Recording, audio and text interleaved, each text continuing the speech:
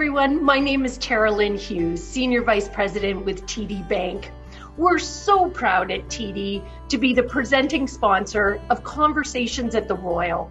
This speaker series is about bringing critical mental health tools, resources, and care to people in need. Never has this been more important. Living through a pandemic has put challenges in front of Canadians that we've never experienced. And every day at TD, I can see it's testing the mental health and emotional well-being of our employees, our customers, and our communities. That's why conversations around wellness and mental health must be a priority. As always, the Royal Ottawa Foundation is standing tall, and I want to thank them for organizing this important series of virtual monthly events. I believe the Royal and TD share common goals, and that's to advance better health and contribute to open, inclusive, respectful, and dignified conversations that promote recovery and break down stigma. Today and every day, we'll continue to stand together, support each other, and be resilient as we move forward in 2021. On behalf of all of us at TD, thank you for your support and for participating in these very meaningful conversations. Take care, everyone, and be well.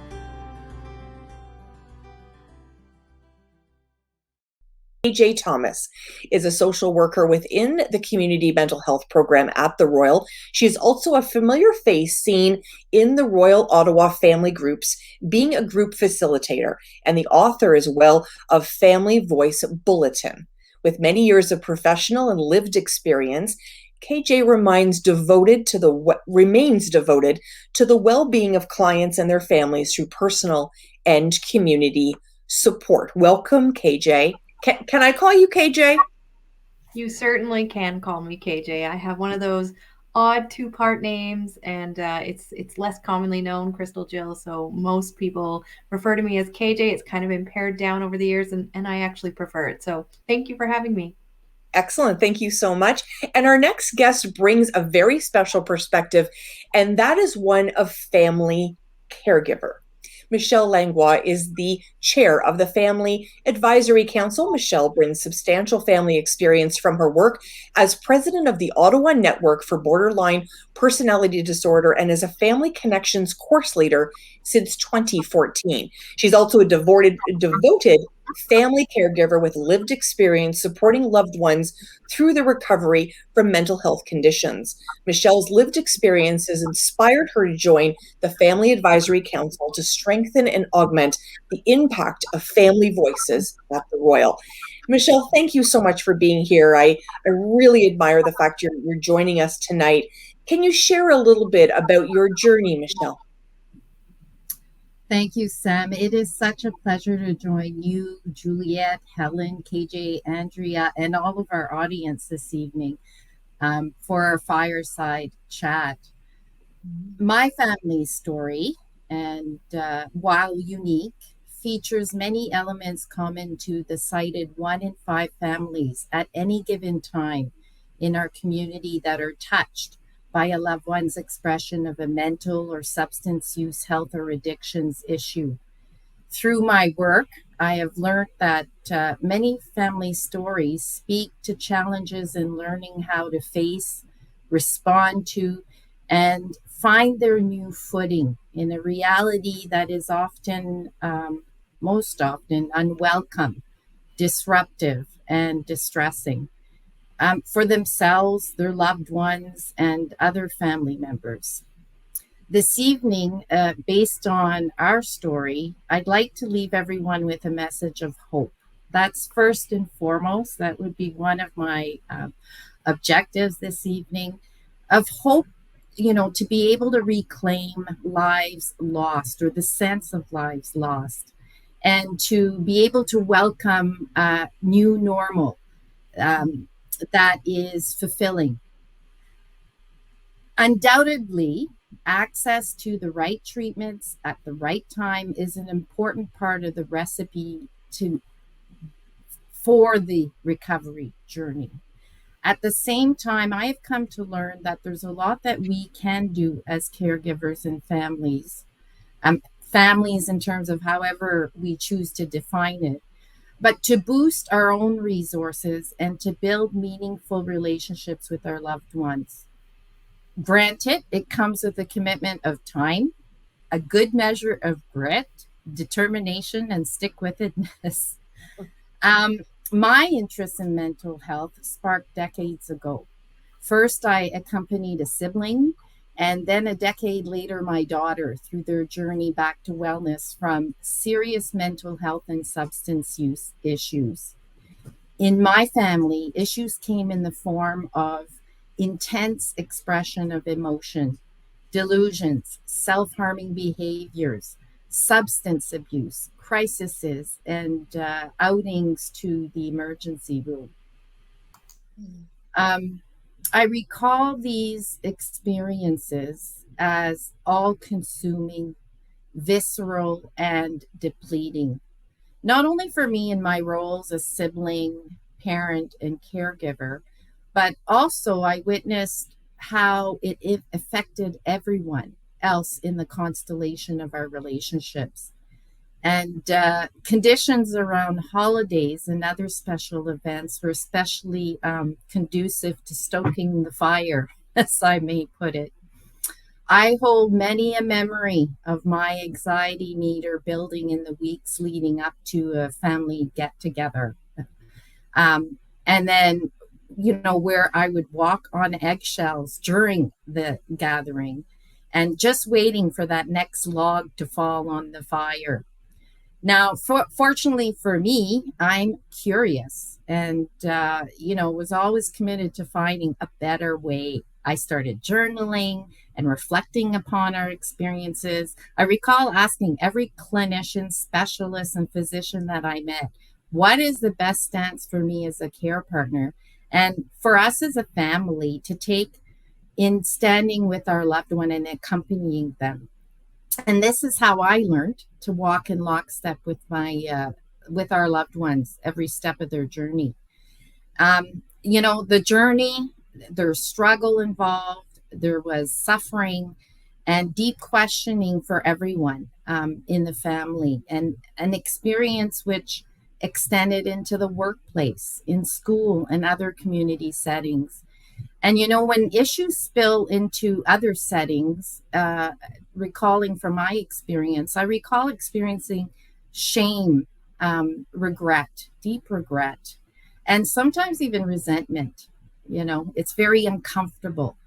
And for myself, I reckon, in those moments, what I want to do is run, like withdraw and isolate. And so as a consequence, I felt alone. And when I did reach out to others, I felt guilty. I felt less than, judged sometimes, and a burden. Now, I was blessed to come across a 12-week course offered by the Ottawa Network for Borderline Personality Disorder, and that was a real game changer for me. The psychoeducation, the skills building, and peer support gave me knowledge, insight, and tools which helped me build a more positive relationship with my daughter, which led to a more hopeful outlook for her recovery. So often we lose ourselves in the issues, and rather than connecting with the person behind some of those issues. Through that experience, I became curious about other families' experiences, which led me to work more directly with families. And I learned that while each situation is unique, there's a lot that we have in common. These experiences seeded my interest and passion, like Juliet and others on this panel, to learn more about how best to support families in their journey. It led me back to university to learn more about transformative leadership and to step into community leadership roles, to research and impart what we learn and know to make sure that every client, every family, everyone in the community has information to more effectively navigate these situations. And being bold, I hold hope for caregivers, our loved ones and families touched by mental and substance use, health, and addictions, so that they can, in my view, it's not good enough just to cope and survive. It's how can we flourish?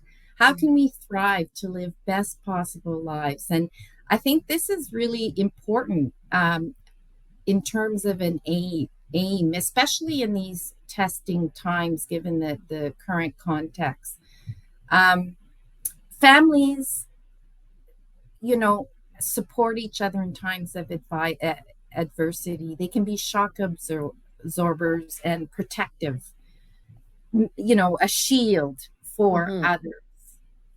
And so with that, and for myself, I would say the lessons that I learned in supporting my loved ones can be applied in so many contexts. Right.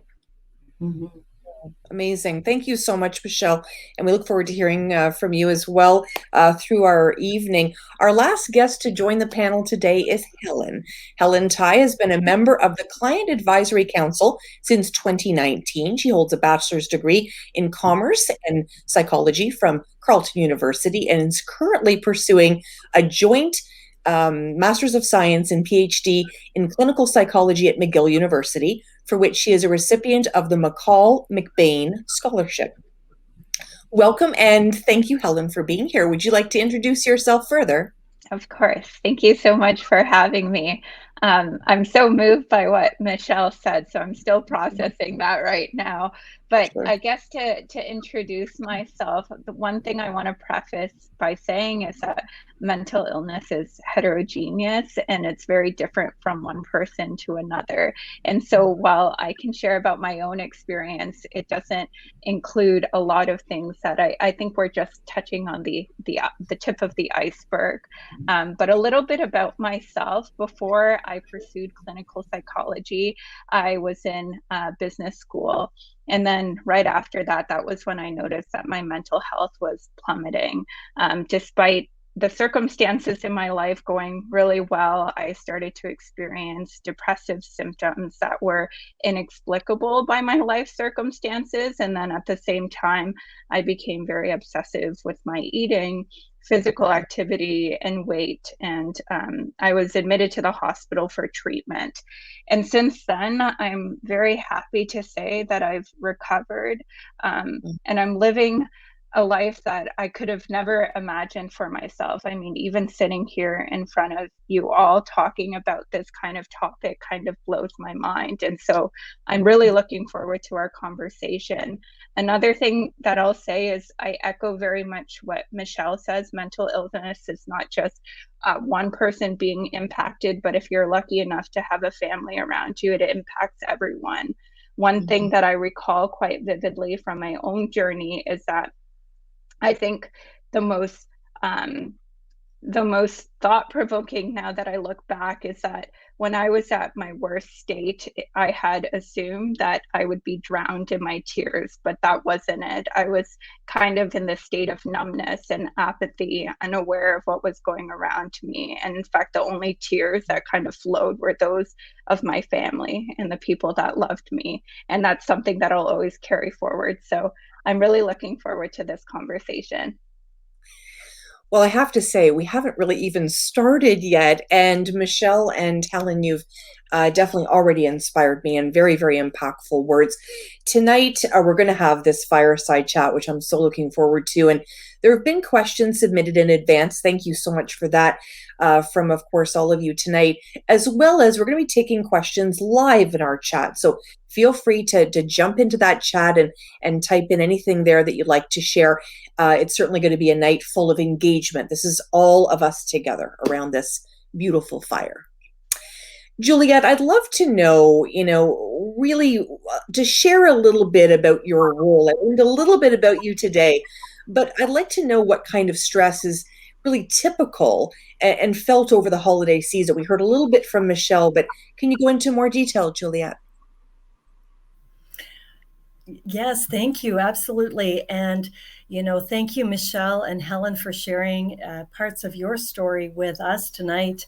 Um, Now, to build upon some of the things that both Michelle and Helen have mentioned, for sure, all of us, most of us, face additional stressors at this time of year. And when you layer on mental health challenges and supporting somebody with mental health issues, that can certainly heighten the stress. Family caregivers are often preoccupied with their loved ones' well being and also neglect their own health as a result. And so, in our family information and support groups at the Royal, what we aim to do is to try to help families remember that they also need to take care of themselves through the process of supporting their loved one. Because should they also become unwell, then really, nobody's really improving. And so, this time of year with the news of the virus and having to once again isolate or, physically distance ourselves, I think this also adds to the feelings of isolation that can occur in families when they're supporting somebody that they care about. So there is stigma certainly still in our society with mental health issues. There's loneliness that comes at the holidays and also when we're living with mental health in the family. So these are some of the things that I would say people are experiencing, not to mention the financial stress. And even when we think about the social determinants,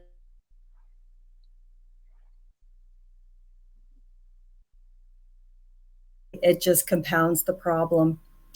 Mm-hmm. So I would say those are some of the things that people experience throughout the year and maybe heightened at this time of year. Thank you so much, Juliet. And I'm curious, Michelle, we heard a little bit from you earlier and certainly some more information from Juliet. Juliet, is this something you can relate to? Do you have thoughts on what Juliet just shared? Absolutely. And, I'm feeling it particularly acutely this holiday season as I'm accompanying my mother through her end of life journey and providing care for her at home. It's a different type of care, similar stress. For example, this Christmas now, I find myself in the role of gatekeeper and shock absorber. With the need to limit the number of visitors at any given time, to limit my mom's exposure, of course. She has a compromised system. So that role can be quite anxiety provoking, and with the additional roles of hosting and having family over, a time that us French Canadians associate with food. Right. You feel the tug and pull. On the one hand, you want your mother to be safe, while on the other, you really want to provide everyone, including myself, with the opportunity to connect and spend meaningful time in family. Over the years as caregiver, I also have been the main host of get-togethers, and I've learned to let go of things outside my control and just to commit to putting the best version of myself that I can muster in any given situation, and but yeah, the stress, it's something that I've had to learn to work through. For sure. And as I mentioned earlier, I'm so grateful for the lessons that I've learned in the past and the tools that I've developed that I can now apply. I have to tell you, Michelle, your words, gatekeeper and shock absorber. I'm such a visual person. I don't know about our audience tonight, but those will stick with me. Those are really big, demanding roles.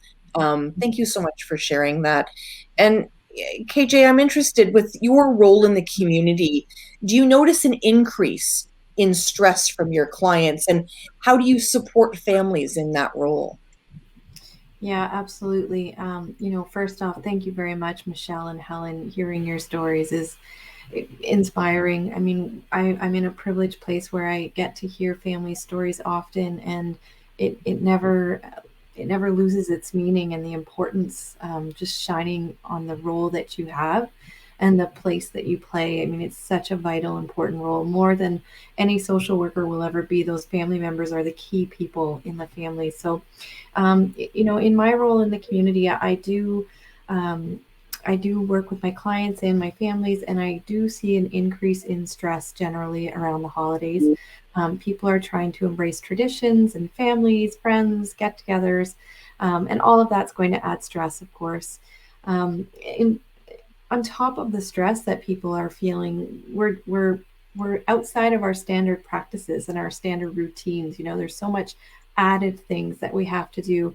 And another thing that I see a lot of, which does cause stress, but it's guilt. People don't always feel that jolly feeling that they're meant to be feeling. And that can be really heavy on people when they're not experiencing what they think they should. So they get hard on themselves. They're trying to do 101 extra things on top of a regular routine and then feeling guilty on top of that. So I do see things like that happening with my clients. I also, an added piece for my clients, sometimes they'll be feeling really lonely around the holidays. Even if families are involved, they also feel like they don't want to burden their family members. Um, and with the pandemic going on, which Juliet mentioned, there's some added levels there that we've never seen before, last year and this year. But there's a lot of services that are no longer available to clients. They can't go into the groups that they once used to go to. And last year, a lot of soup kitchens closed down. So it was, yes, there was more need, but also the needs were different, and that was another added stress that was put on to a lot of family members. And we don't always know how to navigate in storms like that. That's a new experience for all of us, and families and social workers and mental health workers alike. That was a new experience for everybody. So yes, I definitely see the stress go up around the holidays, and the last couple of years has been truly something I'd never seen in my career before. When it comes to my role in the community and supporting families, I try to be involved as much or as little as possible. If the families really want me to be involved and the client has given consent and is on board with that, then I like to take part in as many things as I can, but mainly for the purpose of equipping family members and clients with the tools so that long term they have what they need and the skills that they need to be able to sustain those relationships long term. So sometimes that can look like treatment plans. If a client is willing to have their family come in and sit down and go over the goals that they have or the treatment decisions that they want to make and they want their family to be part of that, that's something that I would facilitate and make sure that everybody in the room has a safe place to be heard. Sometimes there's conflict in families, and those conflicts can be really difficult conversations to navigate. And when a client is willing, if they want to come in and bring their family members, that can be a place where we can hear each other out and have someone there to keep us accountable and maybe reflect perceptions or perspectives that weren't being seen before. So that's a little part of my role. Sometimes it's as simple as connecting someone with a resource that they might need in the community or giving them a little bit of encouragement. So I think the main role for me, and I say this a lot, anyone that's here tonight and has been in our family groups before, I often talk about, that visualization of a lighthouse. And us as family members, we're often the lighthouse for our loved ones. And it's really important that we give to ourselves. We need to put that fuel in ourselves so we can keep that light burning bright, especially in stormy times or stressful times. So it's really vital. And Juliet mentioned it earlier. If we're not moving together, we're stagnant. And so to move together, it's so important to be able to give to ourselves and take care of ourselves. Beautifully said. And that lighthouse will be a visual for me as well moving forward from tonight. Thank you for that. And Helen, thank you again for being here. I'd love you to describe your journey in mental health, particularly around this holiday season. This is just as we described at the top. It's such a, it's sort of sometimes people have this vision that it's going to be a Hallmark movie, and sometimes it isn't. Helen, can you chat with me about your share and share your story? Of course. I think I remember that I approached the holidays, it was always stressful for me, but before being in treatment, I think that was when the urges and negative thought patterns were probably the most salient. And there, for many reasons, I think the holidays during a time where a lot of things are out of routine. You're out of routine in terms of academic responsibilities and in terms of work. And because of that, there's almost an associated lack of control that you feel. And so I think the holidays was a particularly vulnerable time for me. Another thing is that it's a time where you see extended family members. I know during the COVID context, it's not really happening very much, but in my experience, seeing extended family members was quite anxiety provoking, especially when it's related to having an eating disorder. Within my culture, they're quite blunt about just any comments on weight and shape. And so I would always have to prepare myself going into that. And then, of course, there's meals, there's a lot of just like small things that I felt like were out of my control. And so it allowed for a lot of just urges and symptoms to come to the surface. But since being out of treatment, I've kind of approached the holidays as an opportunity to kind of activate my coping strategies because it's such a vulnerable period. And I've learned to realize that I can cope during these vulnerable periods. And a lot of it does have to do with not just relying on myself, but also depending on my family as well. I think it's important to have someone there that you trust. You don't have to have a big social support, but for myself, it was my brother. And there were just small things that I would do, like sitting next to him at the dinner table after meals, being with him, going for a walk. I think setting a plan in your day-to-day routine is often helpful too, so that you could be distracted.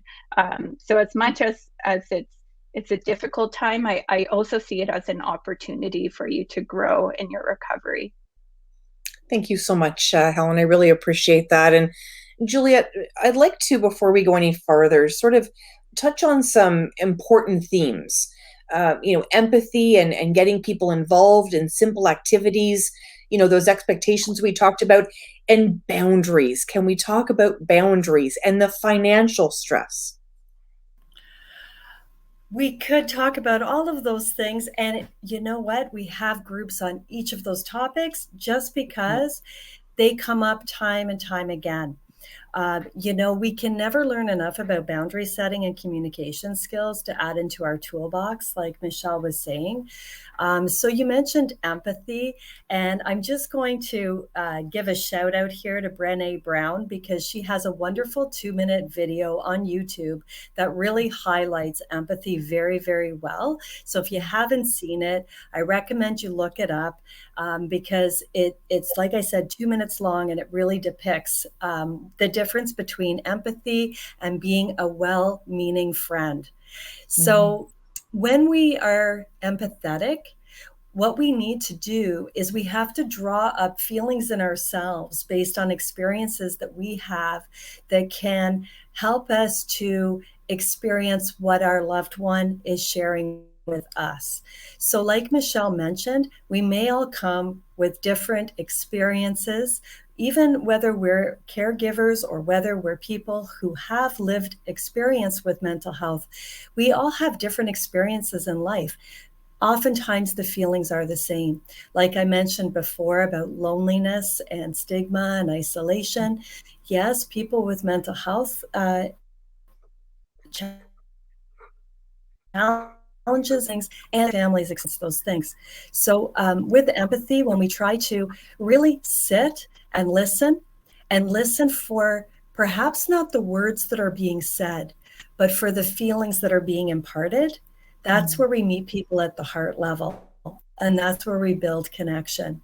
So like I've mentioned before, we really try to focus on relationship building communication. And one of the bases of relationship building communication is really listening listening to understand the other. Oftentimes there's communication standings because we're competing to be able to share what it is we want to have happen or what we don't want to have happen. And certainly that's a part of communication as well. And we do talk about that within the context of assertive communication. But it all really starts with this idea of validating and understanding the other person. And again, I'm going to put a plug in for that little video you may have seen. It's called "It's Not About the Nail." It's hilarious. It's about 2 minutes as well. And it really depicts the difference between listening to understand and validating the other person's feelings as opposed to trying to fix it, which is a trap we all fall into. So that's something I'd like to share. Now, another point on getting our families involved. I like to think that we're all on a spectrum of mental health and mental illness. On any given day, I'm stressed, anxious, keyed up about something. And although I might be considered the well person, I might not be on my best day or in my best behavior. And I need support for myself. And likewise, my loved one who often gets identified, let's say, as the person that is not well, that person has strengths and capacities and resources where they can also lend support to us. So, when Michelle was mentioning about developing feelings of resentment or guilt around supporting our loved one or not, and these sorts of issues, when we break down the potential power differential by asking for help for ourselves from our loved ones, it can really work towards changing that dynamic. Because our loved ones can often feel guilty or like a burden as well if they're leaning on us to support them. So if we can actually invite them to pitch in some way, in a way that we know that they can, it's actually an empowering invitation. So that's something that we encourage. Of course, financial stress, who doesn't feel the pinch at this time of year, So really, people, it's a bit close now if you do celebrate Christmas to perhaps plan ahead, but it's not too early to plan for the next year, perhaps. Lots of people come up with these creative ideas where they have gift exchanges or secret Santas, games where you steal presents from one another, that sort of thing. And maybe this year, with people physically distancing, there could be other things that are done. Maybe it's giving a gift of service to somebody who is unable to get out and about. I remember when my children were little, they would make coupons for me, that I could cash in at any time. And that was really sweet. And we could absolutely reinvent something as basic as that. It's going to put a smile on somebody's face. Gifts from the heart, things that we can make. Things like that can really make a difference too. I think during the pandemic, maybe the first wave, second wave, I've kind of lost track. People got into making sourdough bread. And, that's getting back into some of these old-fashioned principles or things that we used to do. Maybe there are some old traditions that we could take up and recreate, maybe in a modern way. So these would be some of the things that we would potentially try to offset the financial stress of the season. Well, you have inspired us. Thank you so much, Juliet. What a great list, very creative. I am also inspired by the questions that are coming in. Thank you so much. I think this is a really key part of tonight. So we're going to get to some of these questions that are coming in from you, which is really important. One question that's come in. What's the best way to navigate the drinking and holiday partying environment with a loved one who has a substance use issue? Who wants to answer that, Juliet or KJ? I'll jump in. I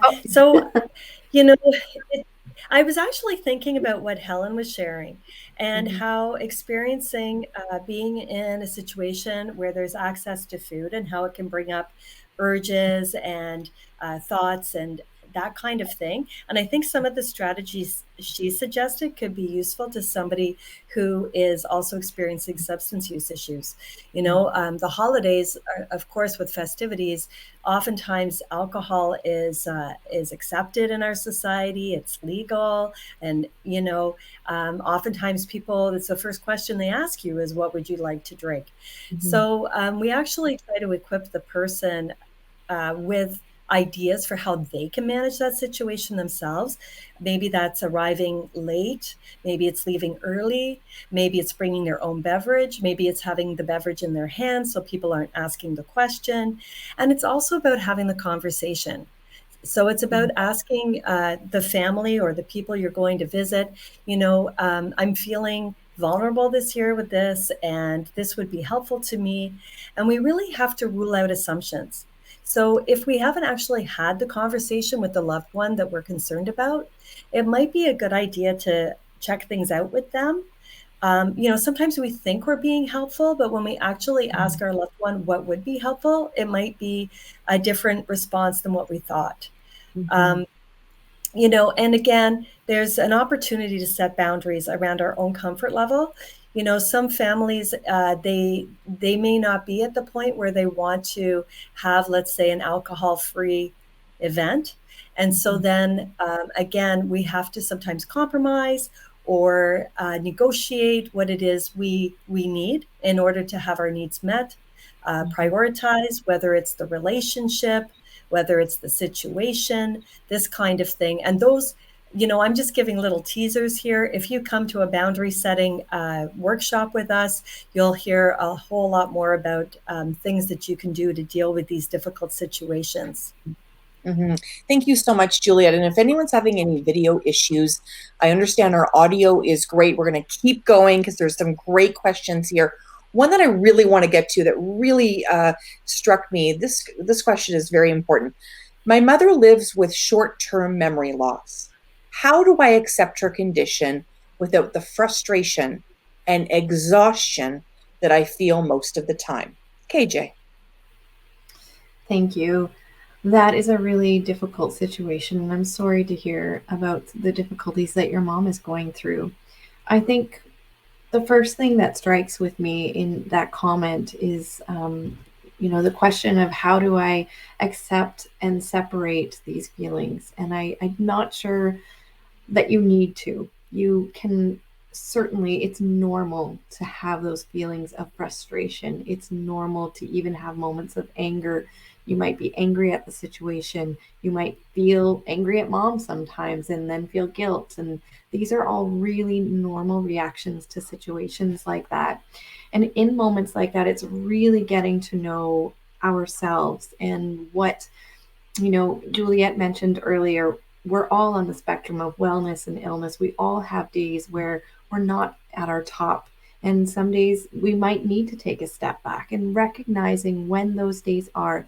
Those might be the days where maybe a shorter visit with mom happens, or, if you might be able to say to a nurse if she's in a nursing home, I'm not feeling myself today. Maybe you could help with an activity. Maybe we could do something, the three of us. But there's ways where it's acknowledging what's going on within you. And, we've been talking a lot about boundaries this evening, and I mentioned this a lot, as Juliet said, just teasers tonight, but in our boundaries workshop, one of the first things we talk about are boundaries are not rules to impart something on somebody else. Boundaries are for us. Boundaries are to keep our own wellness. So boundaries accept that we have feelings that are not always jolly, that are not always happy.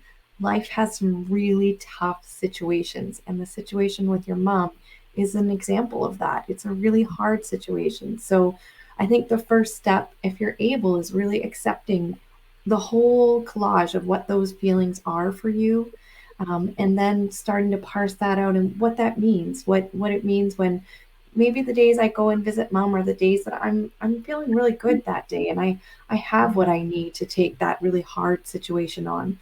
And the days that I don't, I give myself permission to take a step back, because the relationship is valuable to me and I want to be present in my best self.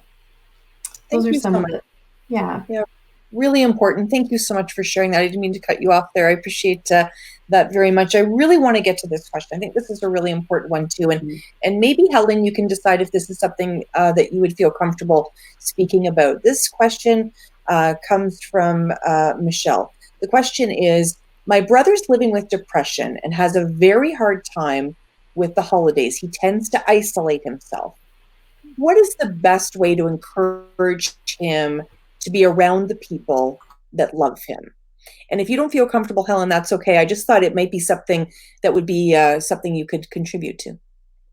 Yeah, I think that's something that's definitely very relatable, the whole isolation piece. Um, I think taking baby steps is a good approach. You don't have to see a whole plethora of people at once because I can see how that can be quite overwhelming if you're coming from a place of social isolation. And I think with the COVID pandemic, the contact doesn't have to be face to face. It could be just, I don't know, I think with our technology, there's opportunity for FaceTime or Zoom. And you yourself as a caregiver could be on camera as well. So it's not just the focus on that person. I think that's my little piece of thought, but I'd be curious what others would think too. Yeah, does anybody else want to jump in?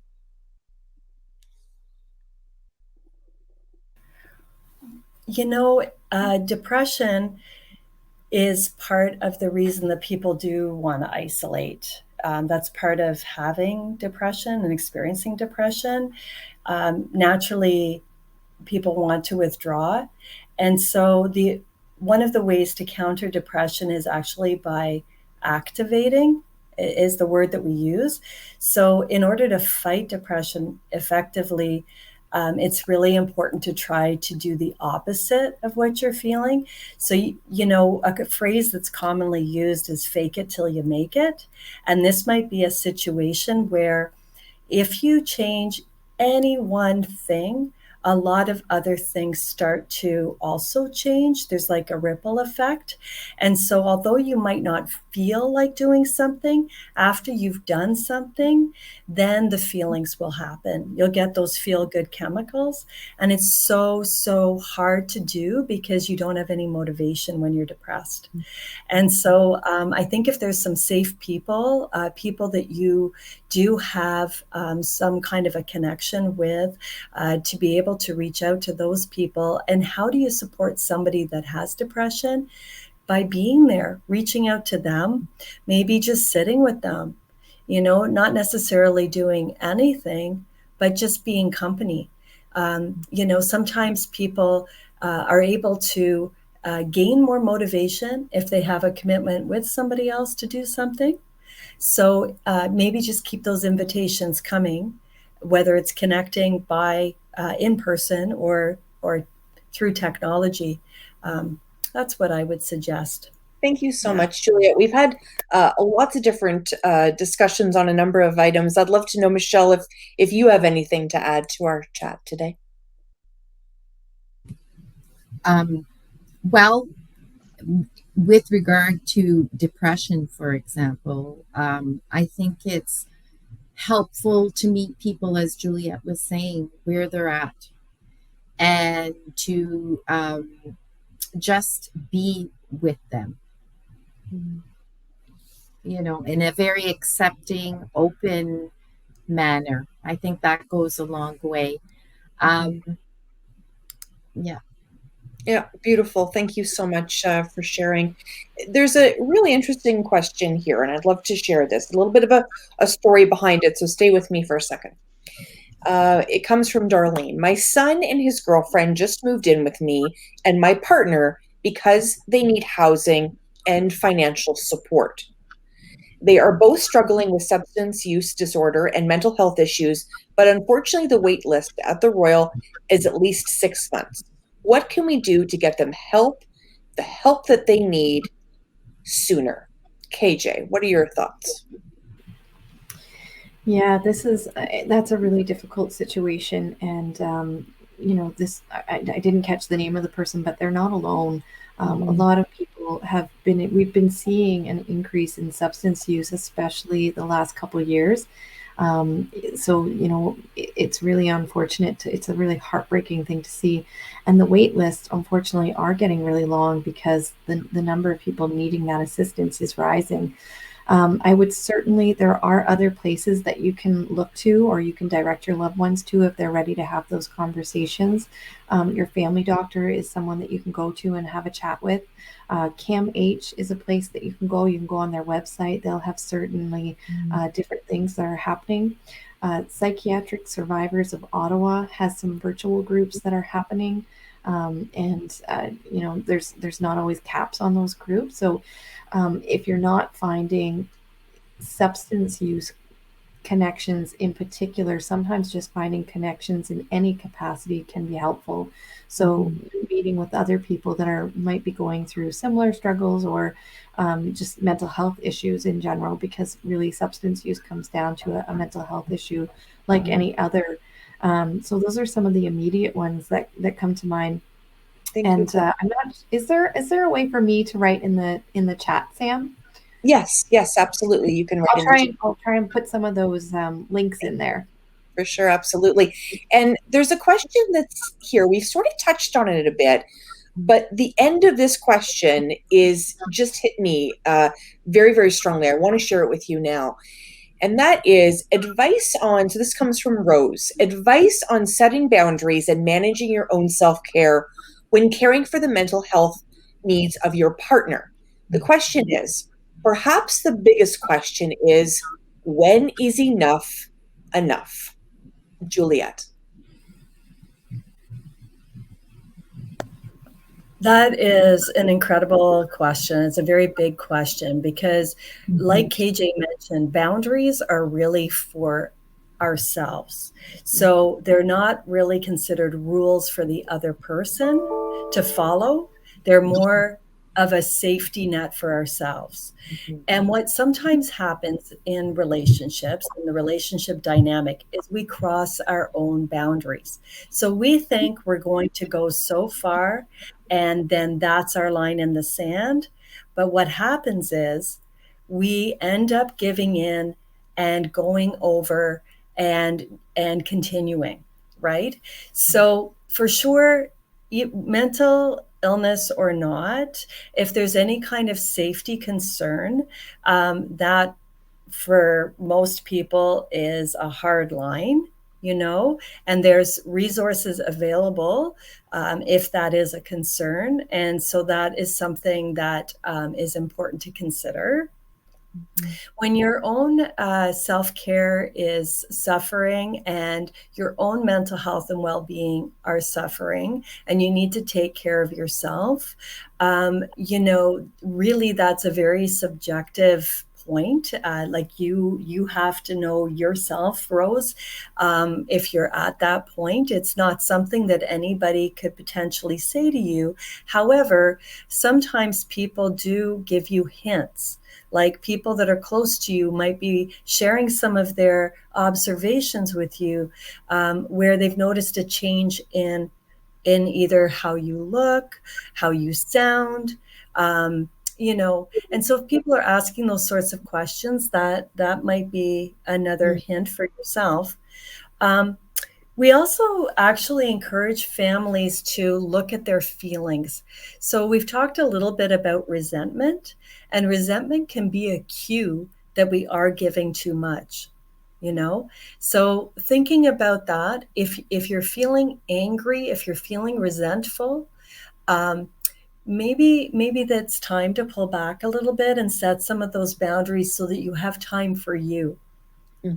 One way of remembering that is if we had a commitment to a friend and we were constantly canceling on a date that we had with our friend, what kind of a friend would we be? So if you think of yourself as that friend and you're penciling some time in an agenda for yourself and then canceling on yourself, what kind of a friend are you being to yourself? So these are things that may give you an opportunity to reflect further and find an answer. I will take that away. I know, Juliet, I will take that away for the rest of my life, probably. That is an excellent tip that you've just given us. There's lots of resources coming in as well from KJ, so thank you so much for that, KJ. And I know Andrea and her wisdom will make sure all of our participants get that tonight. We have about 3 minutes left. I really want to get to this question, and that is, how do you balance off time with the loved one and the rest of the family who are burnt out? KJ, do you want to take that one? Sure, yeah. How do you balance? I missed a little bit of what you said there. You just gapped out just Sure. for a second. Yeah, no problem. It was, how do you balance time? How do you balance off the time with the loved one with the rest of the family who are burnt out? So how do you sort of care for somebody, but also, manage the rest of the family who are feeling exhausted? Okay, if I'm understanding the question correctly, it sounds like perhaps this person is the only one that's really engaging with the loved one, with the person with mental illness, or the person that has maybe higher needs than the others. And I think that's what I'm hearing. And how do you balance that in your relationship with the other members of the family? We I'm have not about sure if a they're. minute left, KJ. Pardon me. We have about a minute left, just to let you Oh, know. gotcha. Yeah. Yeah, so I'm not sure if they're meaning in their relationship with their loved ones, with the other loved ones, but hopefully this can open some conversation with other members of the family. So, we talked about it earlier, but validating those feelings. So if other members are feeling burnt out, validating that it is it can be hard, a challenging situation, and it can be hard, and we don't always know the right things to say. And sometimes the burden, or I don't like to say burden because our loved ones, we don't want them to be a burden, but sometimes the situations can feel that way. And so we really want to get back to those basics. So it could be exploring ways to slowly integrate other family members back into the situation in time frames that are comfortable. So maybe it's, we'll all meet at this time and we'll just go for a walk, the three of us, and then you're there to facilitate some of that. Basically, it's having those conversations with the people that are not involved to see what maybe would work or what would be comfortable. And maybe with the loved one as well, are they comfortable having these other people in their lives? And if there's reasons that they're coming to you only, that might be something to explore. There might be something that you're giving that they feel particularly connected to and really grasping onto. So, the boundaries comes back into play, of course. But Juliet said it earlier, really being empathetic and validating what we're hearing are wonderful tools that we can use to connect and kind of tease out a little bit more of what we're trying to find when we're looking for understanding between each other. I know I had very little time left, so I just want to say all of these topics, of course, are covered at the Royal Family Groups, and we hope that we see you there. We have lots of groups coming up in the new year. I have to tell you, I think I could talk to you ladies for 24 hours. I honestly have learned so much today and so inspired. Helen and Michelle, I can't even tell you how much I appreciate you sharing your own personal stories tonight. And of course, the wisdom that we got from KJ and Juliet tonight. But thank you so much.